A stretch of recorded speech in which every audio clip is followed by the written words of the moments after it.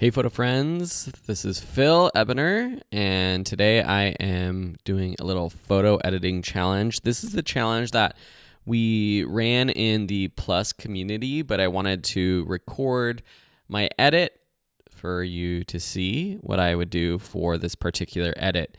This is a photo from signatureedits.com. The founder is a co-instructor for a course of mine, and he has provided a ton of great free raw photos to practice with. So I'll also include a link to the photo in the description where you can participate.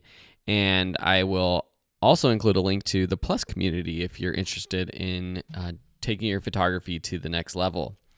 I didn't go too crazy with this edit in terms of like a completely creative color profile or style, but I tried to do a somewhat natural edit with some fine-tuning adjustments to this lady's face. So here, let's go through everything I would do to this photo. All right, so with this photo right here, the main thing is that it's fairly dark, but because it was shot in RAW with the amazing Fujifilm GFX full frame or medium format camera, we have so much information. I started with bringing up the shadows, and that's usually what I do, and it brings up the exposure well, but I wasn't able to bring up the exposure as much as I wanted, so I brought up the overall exposure. Once I start doing that too much though, our highlights and whites start to get blown out, so you got to be careful with that. But even bringing up my overall blacks gives us a ton of information, and the overall exposure is a lot better. You can of course bring back your highlights and whites if you want, if you go a little bit too far with some of these other adjustments. But just getting it to this better exposure is really nice. In terms of the white balance, it's pretty good. I did an auto adjustment, and I feel like the whole photo overall looks a little bit more natural. It's a little cooler, but I think that looks pretty good. I'm going to bring up the overall vibrance just a bit. The depth of field is crazy in this photo, just like how shallow it is and how sharp it is on her face. There's literally nothing I would do to increase the sharpening any more than this. And the automatic detail sharpening to 40 is pretty much spot on. I think I could even back off that just a little bit so that we're not bringing in any more noise to this photo that we don't want. And then really from here, I jumped straight to some individual edits on her face. I think the only other thing I did was I pinpointed this HSL saturation to her lip color and brought that up, which it's pretty much just red right there. So that does a little bit to make her lips pop just a tiny bit more. Gonna bring up that magenta just a little bit as well. So now let's get into our mask edits, which is what we're going to do to really make this pop. So I think overall what my goal is her face, her eyes are a little bit dark still. Her skin, I want to smooth just a little bit. And so let's start with that. So let's choose the brush. I'm going to turn on auto mask, flow and density up pretty dang high, like 88, 89. And then I'm just gonna go in here and first just select the skin that I want to smooth. So her cheeks, her nose, a little bit of her chin. Got a little bit too much down, so I'm gonna undo that. And there we go. That's a pretty good selection. You can always add more after the fact if you want, or decrease it. I'm going to just use the effect, the skin softening effect, which applies a decrease in clarity and an increase in sharpness. So we're not losing too much sharpness. You don't want it to look crazy. This is like a very natural skin smoothing. I think it looks good. If you want to double this or make this twice as powerful, you could actually just duplicate this mask by choosing this little 3 dots right here for this mask and duplicating. And that's going to smooth that skin even more, but then you start to look a little bit unnatural.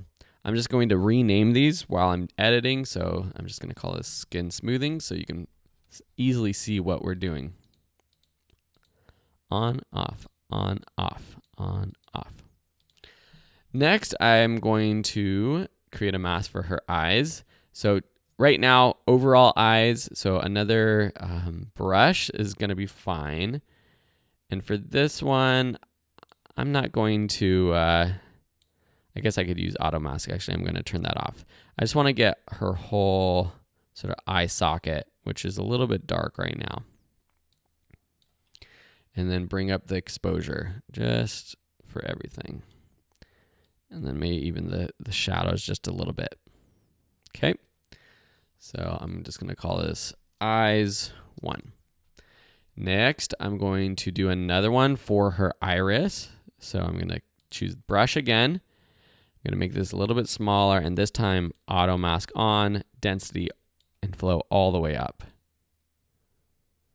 I think that's pretty good. That's pretty good. I can always go in and brush that out. But here, if I just choose the effect of iris enhance, you can see what it's doing. It's bringing up the exposure, the clarity, and the saturation. I'm going to make it a little bit bluer just by decreasing the temperature and increase the clarity just a little bit. I think that looks pretty good. This is definitely something to be careful of. If you go too far with it, it's really quickly starts to look a little unnatural. Very subtle from far away, but I think that's a pretty good job. Off, on. Something like that. Looks pretty dang cool. Awesome. Next, let's see. Let's just do a tiny brush for her teeth. So I'm just going to brush in here. Just bring up the exposure just a little bit. Maybe a tiny, tiny, tiny saturation decrease. Whiten those teeth up just a bit. All right, next what I'm going to do is add a brush to her hair. And this is going to really make her pop. So brush, hair, turn off auto mask. We're going to brush in her hair like this. Just try to get all her hair. And what we're going to do is really increase the contrast in her hair, which is going to make it pop really well. So here, let's just go in, increase the contrast. I'm going to decrease the shadows, decrease the blacks just a bit, bring up our highlights even more. Make sure we're not overexposing anything, but that looks pretty good. So here with this on and off, you can see on, off, on, off.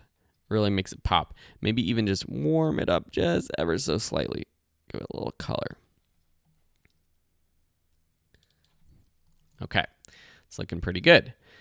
I think her face still could just use a tiny, tiny, tiny bit of exposure increase. So I'm going to use the radial filter for her face and just increase the exposure just a little bit. Something like that.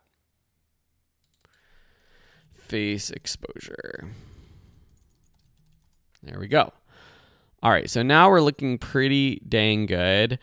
A creative edit I might do is add an overall vignette to the whole thing. So I'm going to create another radial gradient. And this time I'm going to invert it.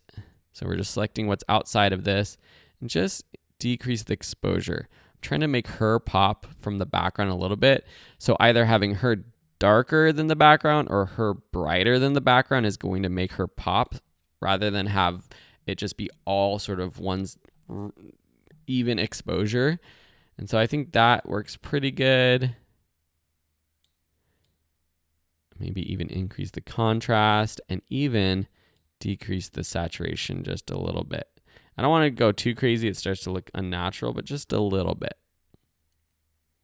I can even decrease the sharpness to blur it just ever so slightly even more. And that's looking pretty dang good. So this is a fairly natural edit, But overall, I think it looks pretty good. The final thing I do is I always play around with my tone curve just a little bit to see if I want to add a little bit more contrast. This is starting to look a little bit more just over edited with that contrast adjustment, but maybe just a subtle contrast. Looks pretty good. I feel like her eyes are still a little bit dark, so I'm going to go in here, add one more radial gradient just to this general area right here and bring up the shadows. The eyes are the window into the soul, and so we want to make sure that that is exposed well so that it's captivating. And I think that is pretty much where I'm going to leave it. Now, compared to my original edit, my vignette is a little bit more intense for this photo. As you can see, if I compare, the contrast is a little bit up, and that's more of an artistic thing. If you don't like that hard vignette, that's okay. Here, I desaturated, but maybe even brightened up. I think I also even cropped in just a little bit, so we're a little bit tighter on her. Okay. That's looking pretty good. All right, so that is my edit of this photo. I hope you enjoyed it. As I mentioned, if you want to participate in editing challenges like this to improve your photography, head over to photographyandfriends.com/plus. You can join our private community there. We do weekly live sessions where you hop on a Zoom call with myself and my fellow photography instructors, Will, Sam, and the rest of the Plus community. You get to ask us questions. We have hot seat sessions where you get on, you show us things like perhaps your portfolio or your website, and we spend time with you giving really in-depth feedback. And I can say that honestly, since we started Plus, we've had a ton of students come through, and everyone who has joined is still in it, and they are advancing in their career and with their photography. I can really see the improvements just following these students and these members on Instagram. A lot of our members have gotten their first paid gigs since they joined. They have created their websites, vamped up their portfolio, and are really taking it to the next level with their photography. So whether you just want to improve your photography or you want to go pro and start making money from this skill, Plus is a great community to start and help you out with. We have a monthly plan that's $49 a month, or you could go for the annual plan at $490, so you get 2 months free with the annual plan. And either plan, we have a 30-day money-back guarantee. So if it's not right for you, that's totally fine. Try it out. You could even just join for a couple months and learn a few things and get to a point where you feel good going on your own, and then leave the group if you want. But it's a great community. It's the weekly live sessions, which we also have exclusive interviews with other professional photographers and Ask Me Anythings. So much. It's the highlight of my week, and I hope you consider it. So again, I'll leave the link to that in the description, but it's photographyandfriends.com/plus. Hope to see you there, and I hope you enjoyed this video. Cheers.